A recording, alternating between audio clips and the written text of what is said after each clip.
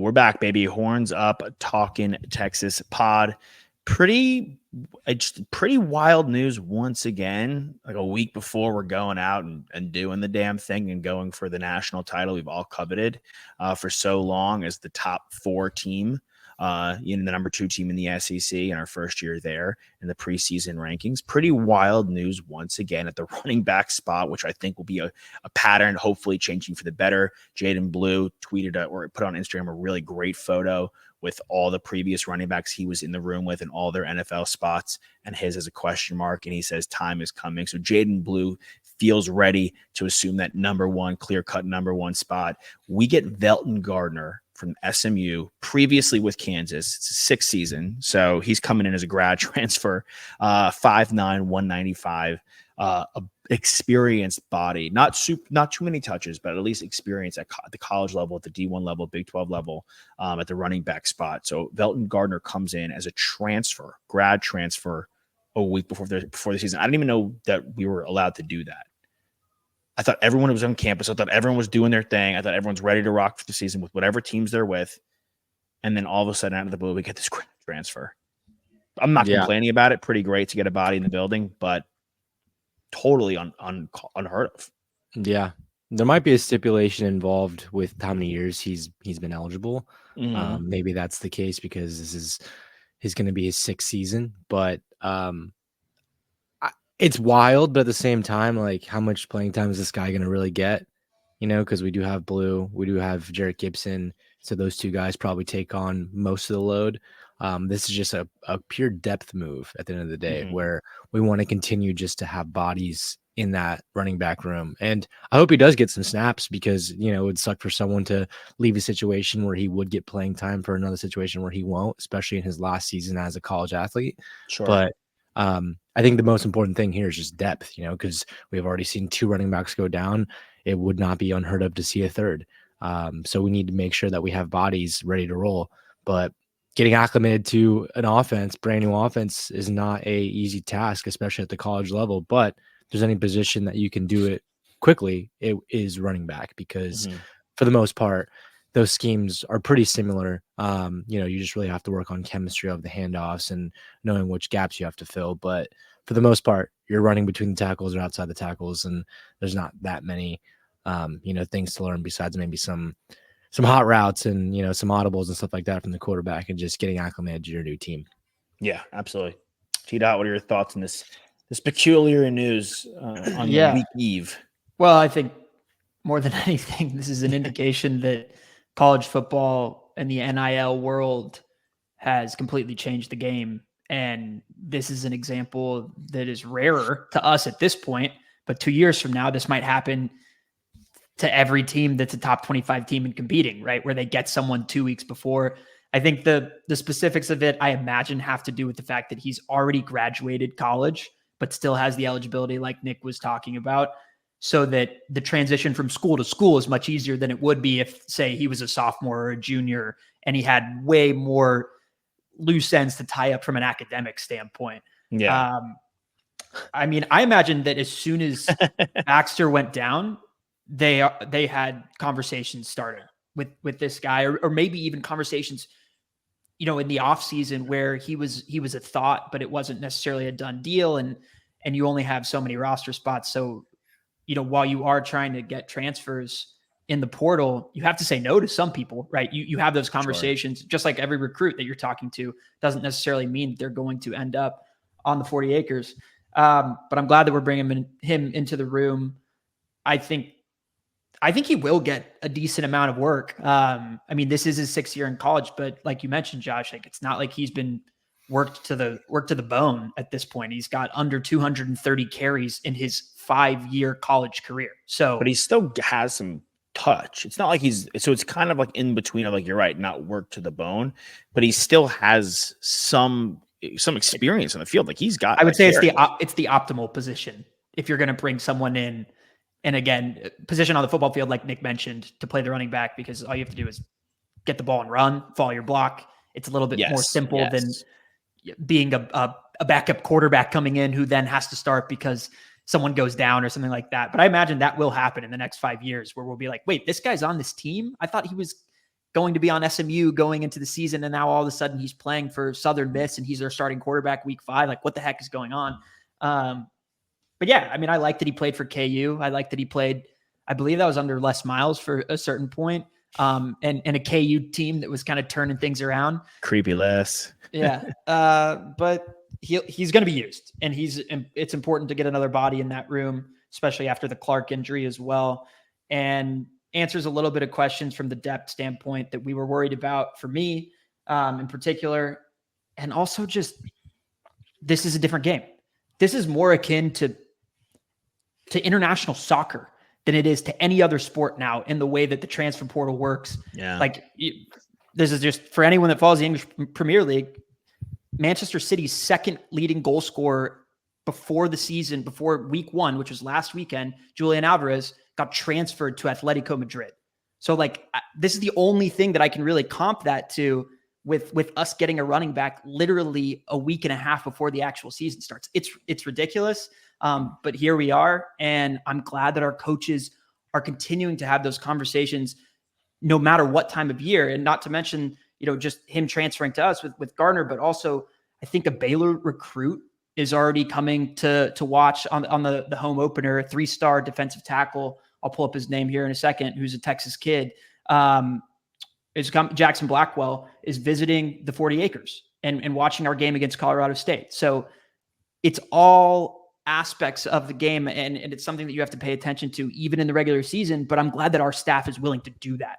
And they're not a Clemson Dabo type of staff where they say the guys that we bring in are the guys that we bring in, and we're comfortable with them, and we don't need to play the game in the way that it's now changed. And our guys we are not adhering to that. We're gonna play this new game, and I think that's a thing that boosts my confidence in Sark and the staff. Yeah, I mean, I think Tosti mentioned it when CJ Baxter went down. Time of year. I mean, look, you never want a kid to go down, but hypothetically, if he were to go down, it would have been at a different point, obviously in the spring, so you can have more time in the transfer portal, right? Because I was like, okay, this kid's available in the transfer portal. What other running backs are there? And then I just saw the running backs that went in the transfer portal this year, and like Judkins, obviously, Damian Martinez, Trevor Etienne. Ollie Gordon was in there for a second. He was in there for a hot second, and they got him back. Raheem Sanders from Arkansas, Quindon Jackson, who was with us at one point. Like, there were a lot of mooses in the running back room and in the portal. And like, I'm with Nick that it's probably the easiest position to come in and just be like, all right, I'm here. Like, just give me the rock. You got to learn pass protection a little bit and obviously some of the routes. But like, it doesn't take away from how good and valuable these guys are and like what the impact they can have in the game. It's kind of crazy, like easiest position to learn, but also maybe one of the highest impact players. So hopefully in the touches, like he's going to be our RB3 or 4, but he could still see some time, and hopefully that he's an asset. And again, a guy that provides some depth and peace of mind, at least to the coaching staff, the fans, the other running backs out there. So there's a little less pressure on them and the rest of the team. So I think that's for a mental thing, pretty good to have him in the building. And who gets to say that, you get a master's degree from the University of Texas just with a quick little semester, maybe he graduates at the end of the season and that's that. And he gets his master's from UT. Yeah. I mean, that's a great academic approach. I mean, all across the board, it's such a good situation for him. Such a good situation for him. Yeah. He gets to compete hypothetically for a national championship, for a college playoff berth. He gets to play in the SEC. He gets to potentially get an additional degree from the University of Texas. And most importantly, I imagine for him, he gets to bolster his tape so that he can then try and become a drafted player in the NFL or work his way onto a roster. Like, he is going to be so unproblematic on our team. He is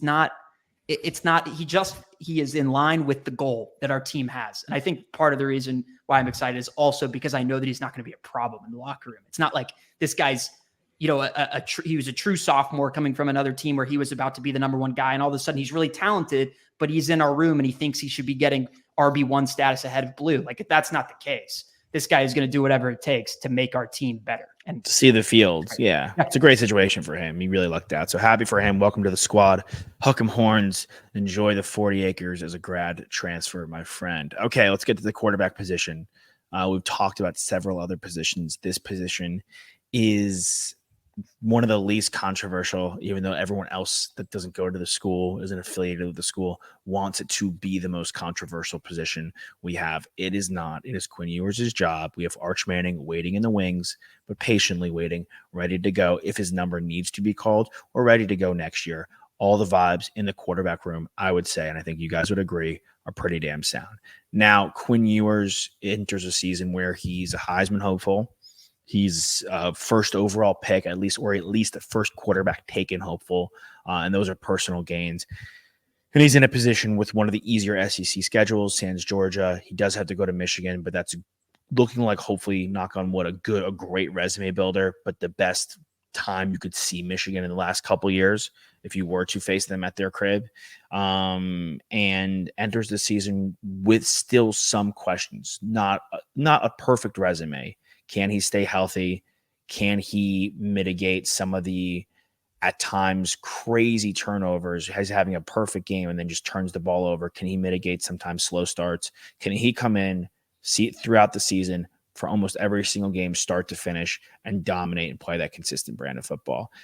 So yes, Quinn Ewers is our guy, but there are still some questions. And I will say, and maybe open it to you guys, what are some questions you have for Quinn or things you're hoping to see?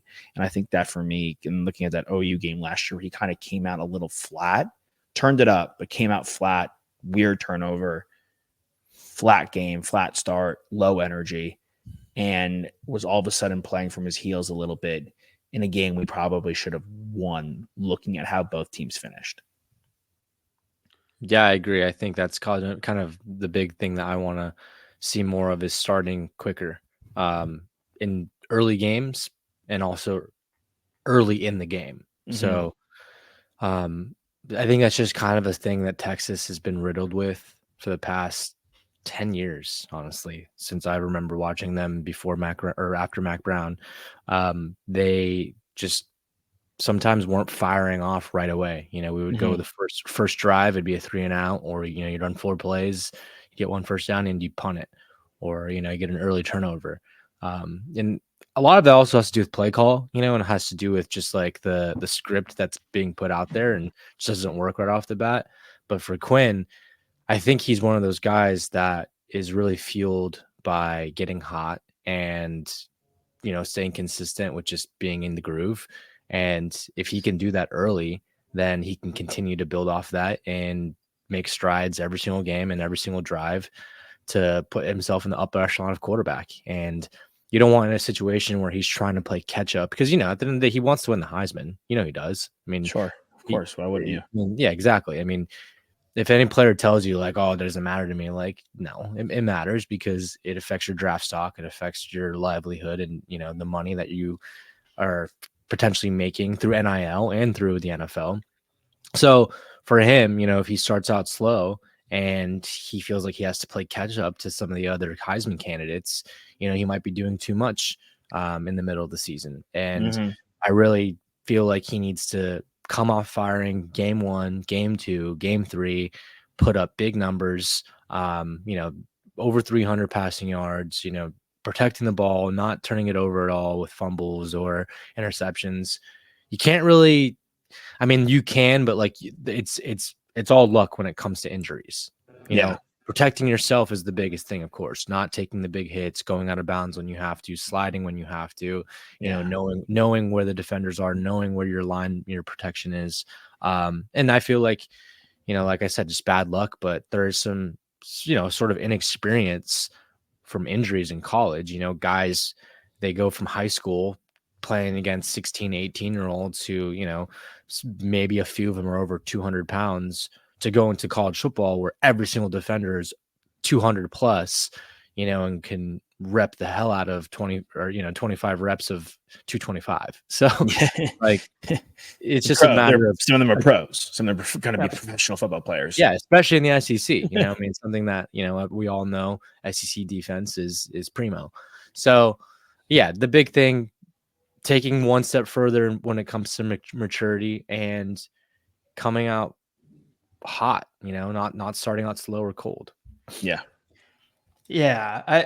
I think so much of where his shortcomings have been in the last 2 seasons have been because of his mental state, lack of confidence. And a lot of times I attribute that to his unassuredness in his physical health at the time, coming back from an injury. But there are too many games where in the first 2 drives where he looks like he hasn't played in 3 weeks, where he looked rusty, right?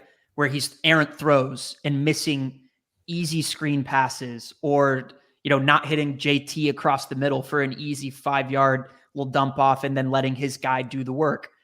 And that's, if you're a Heisman level QB, it's inexcusable. Part of the reason, because we can blame the play calling, but a lot of times your first 3 series, you know exactly what plays you're going to do every single time you're going into the game. That's scripted part of the time. And then the coaches make adjustments, and then you're wheeling and dealing and you're on the fly. So there's no excuse really to be inconsistent or to not execute in those opening sequences. And those are so crucial, because if you start hot, then our defense, which I believe to be very complete in every phase, which is slightly dissimilar to what it was last year, where we were great up front, but our DBs were not at the same caliber. Our linebacking core was young and not operating at the same caliber as our defensive front. And now I think at each phase we're stacked, we're experienced, and we're talented. And so I think it's even more important for us to start hot. And it's more important for us to start hot. That is directly tied to how Quinn starts. And in particular with, we mentioned it in the last 2 weeks of shows that we've done, because we don't have Baxter between the tackles, and we're going to have Blue, who we trust and we all believe in his talent, but there won't be that same level of reliability from the 1-2 running back punch. So it's added pressure to Quinn to really, really be hyper efficient in the first quarter. Yeah, and I'll throw one more thing at you guys, even going further on it. Just looking at our schedule, obviously Michigan is going to be tough, but we have a couple good games. I like the start against Mississippi State, but Jeff Lebby was over at OU. He knows the team. He's played Texas before, right? And he has a hatred for Texas, so he's the head coach over there. But in those games, before we get to the big juggernaut game against Georgia, before we see OU, before we go down way down the line, see what will now be like. We talk about the OU game being such a heated rivalry, such a heartfelt game. Like the A&M game will be that game when we play Arkansas. Those games are going to be like that. In that opening 4 or 5 game slate, including Michigan, because it's going to matter there. Not only start hot, but take over. Have a game where you just really are like the Bama game. He kind of took over, and it showed. The game against Oklahoma State for our final Big 12 championship, he took over. He took over that game. He set records, and you're like, oh, that guy could win a national championship. It's not like, oh, Texas is going to make it. That's cute. It's like that quarterback right there. If you have him on the field, he could win the national championship. He played to his potential in those games, right? 100%. As opposed to we oftentimes in the last 10 years have talked about how our team always played down with competition and then would play up too in certain respects. But now that competition is always going to be a 7 out of 10 or higher, except for maybe week 1. Although Colorado State, really plucky. They had a really nice game against Colorado last year. They scored points. They're not a joke. UTSA, we all know, not a joke. We get them early. In Michigan, a lot of turnover, but their defense is stout, fantastic. It's great. They have 2 of the best players in the game. We don't have a lot of opportunities where we can make mistakes and then be in a position where we don't have to kind of crawl our way out of a hole. Yeah. I would also, in those first 3 weeks before we get into SEC play and SEC competition, I'd like to see him lock in on who his go-to guys are quickly, because yes, AD Mitchell was new last year, but he had X-Man returning. He had JT. He had Whittington, all who he was familiar with, all he knew exactly what they were bringing to the table. They had a mind meld. He doesn't have that with any of these guys yet. So I want to see him, if it's Golden, if it's Bolden, I don't care who it is, if it's Bond, but we need to go. It's third and 4, and we see 3 3rd and 4s in the game, and he hits Golden every single time. Yeah. I love that. Where he can kind of have his math. I mean, I comped it last year. I was like, I see a lot of Stafford in Quinn in the way that he's kind of a gunslinger. Could be. one of the things that Stafford always does, and everyone always kind of knocks him for it, is he gets goo-goo eyes for his best target. Well, no one can stop that. So who cares if everyone knows it's coming? If it's unstoppable, it's unstoppable. Keep doing the damn thing. So that fastball, baby. I want to see him. Yeah, I want to see him kind of figure out what his go-tos are early. Yeah. Yeah. I mean, he had X, but you're right. He had that connection with AD from the jump, and it just worked. He just went to it. And when he hit those buttons, it's like, and that's the good college football teams. Like Johnny Manziel had Mike Evans, and that was like, yo, that's just what it is. Like Jameis Winston had Kelvin Benjamin, and these connections because that's who these guys had. And they were like, screw it, I'm gonna hit these, but like Mac Jones, screw it, fug it, like Devonta Smith, Jalen Waddle, the out there somewhere. Joe Burrow had Jamar Chase and Justin Jefferson out there somewhere. I'm going to throw it, and their connection is so good. They drafted an NFL franchise drafted the two of the guys in the top 5. Like they, build that connection, and he did. That's a great thing you bring up because it's a great compliment to him. Yes, Worthy's a supreme talent. Yes, AD Mitchell's a supreme talent. But how often when we talk about the NFL players, are we like, yo, they're great, but you need a great quarterback to go with you? Like as good as DeAndre Hopkins was in Houston, and I know we'll have Houston listeners, as good as DeAndre Hopkins was in Houston, imagine if he had like good Deshaun Watson for his entire career versus like Deshaun Watson, sometimes Tom Savage, weird influx of guys just coming in and out. Quinn comes in, and yes, AD's great, and yes, Worthy's great, but it makes a difference that he's also the quarterback. It's going to make a difference to some of these guys that he's the guy. So whether it's Bond, Golden, I think a lot of us have wanted to be Cooks in some capacity, like deep down want Cooks to kind of jump out as the guy. Yeah. Right. Because he'll be here next year too. He's a highly touted recruit. We want to see that come to fruition. It'd be great to see these 5 stars on the offensive side are really balling. We've seen it for some of the defensive guys, but the offensive guys are getting going. But I would love that. And it's a talent. It's a talent to elevate your players as a quarterback. And he did that with AD Mitchell, as good as and Worthy, as good as they are. Yeah. And obviously Jonte has the experience of practicing and playing with him for an entire season, so that gives him a leg up on some of the other guys that are newer, but it doesn't necessarily mean that he's going to be the go-to guy. But all that to say, if Quinn has the confidence in himself to trust his receivers and he believes in the rapport, like Joe Burrow isn't always throwing Jamar Chase and Justin Jefferson open. A lot of times he's trusting that they are going to beat whoever is in front of them. And as long as he puts the ball in a place where they can catch it, they will make it happen. And if we have as talented of a receiving core as we believe ours to be, then he needs to have that same level of confidence. I mean, for me also, it's just like we're 6 weeks into the season. We're down 10 points. I'm looking at Quinn on the sideline when they show him. These are just glimpses that you get as a fan, but what do I see from him? What's the body language doctor like? What's it look like? Do I believe that this guy is going to come back and not only are we going to win the game, but we're going to beat them by 13, Ooh. Which I don't know about you guys, but I haven't really felt that way about Quinn in past. But and look, it's a tough job for him because he's got a guy breathing down his neck and who every fan, whether they're at DKR or elsewhere, wants to see play. So it's not an easy task with who his backup is, but he has to be iron-willed. Like he has to be no distractions, 110% focus at all times, and an absolute killer. He has to be. Yeah. And that goes in the body language thing that you're saying goes to what you guys were saying as well. It was like, if you're going to start the game, don't start lackadaisical, start sharp, start fast. Like that's also body language and how you're carrying yourself and setting the tone for the game, for the team. Like that body language thing, it seems silly, but it's not arbitrary. It's an eye test thing. You can tell when a guy's having a good time and at ease, but focused and laser focused and ready to rock versus kind of too cool for school. All right, the game will come to me. I could ease into the game and figure it out. Doesn't work like that in the SEC. You got to come, makeup ready, hair ready, ready to grip it and rip it, baby. Ready to lights, camera, action. All right. big stuff for those listening. We've been teasing it for a while. Next week will be our first week on ESPN Austin, doing the Saturday and Sunday morning shows, pre and post game for the Horns. Very exciting for us. Things look like we'll get Quan Cosby back next week, back from vacation. So that'll be very exciting. We're in for another amazing season, and hopefully the season where we, as fans, put the fake ring on it and get it done. Yeah. Can I just ask you guys? I mean, we just talked about Quinn. We didn't really talk about the rest of our room.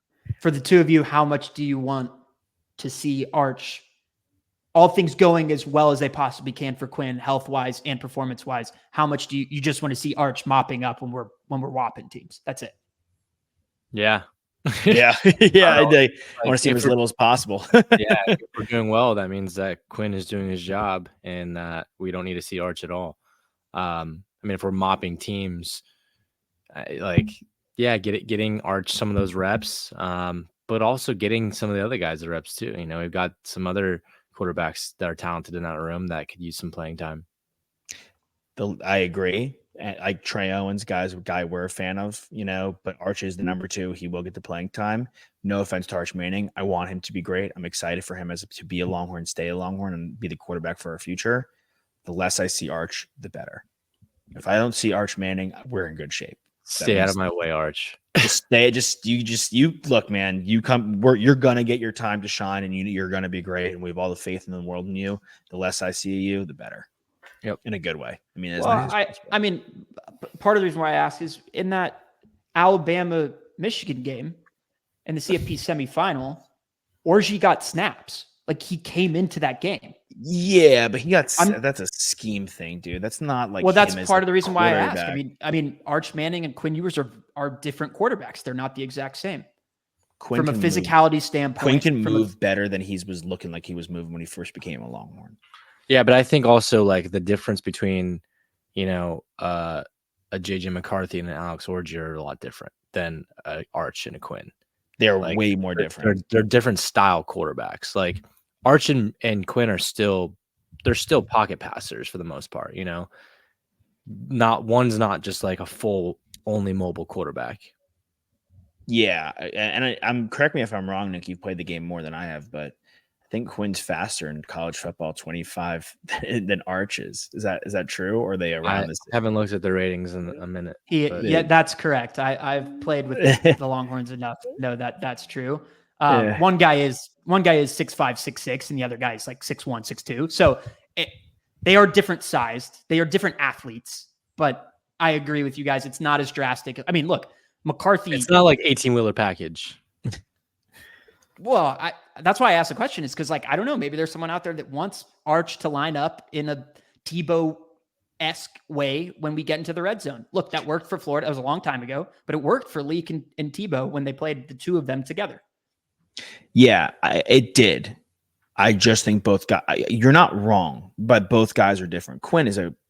I have to believe Quinn is a better quarterback than Chris Leak. I know Chris Leak won the Natty. I know Chris Leak's a good college quarterback. I know that. But actual quarterback, I have to believe Quinn Ewers is a better quarterback. It wasn't really about Leak. It was about Tebow, dude. That's what it was about. Chris Leak was the guy that he was the quarterback. I also don't think that, Arch is the same type of quarterback that you put in like you would for Tebow. Yeah, I don't know. Our crowd would get absolutely up for that. They would love that. I will say the one thing that I had thought in my head that I didn't say out loud about Quinn is that I think when he does tuck and run, I think he's like a 6 out of 10 at making the right decision. He kind of takes some shots sometimes, and he's not Sam. He's not that same width. He's not that same girth level. He needs to know when to get out of bounds and when to slide. He needs to be a 9 out of 10 at that. He needs to be a 10 out of 10. I mean, especially if I'm an NFL scout looking at it, he's not big enough to take hits from, forget the college level and SEC level. If he gets hit like that in the pros, that's bad. That's bad news bears. So I do. Sam Ellinger was a tank, bro. Yeah, he's an absolute. He's also, I think, just one of those crazy, just a psycho. He's a little bit. Lunatic. We owed Sam Ellinger more as a team. We did. Yeah, he deserved better.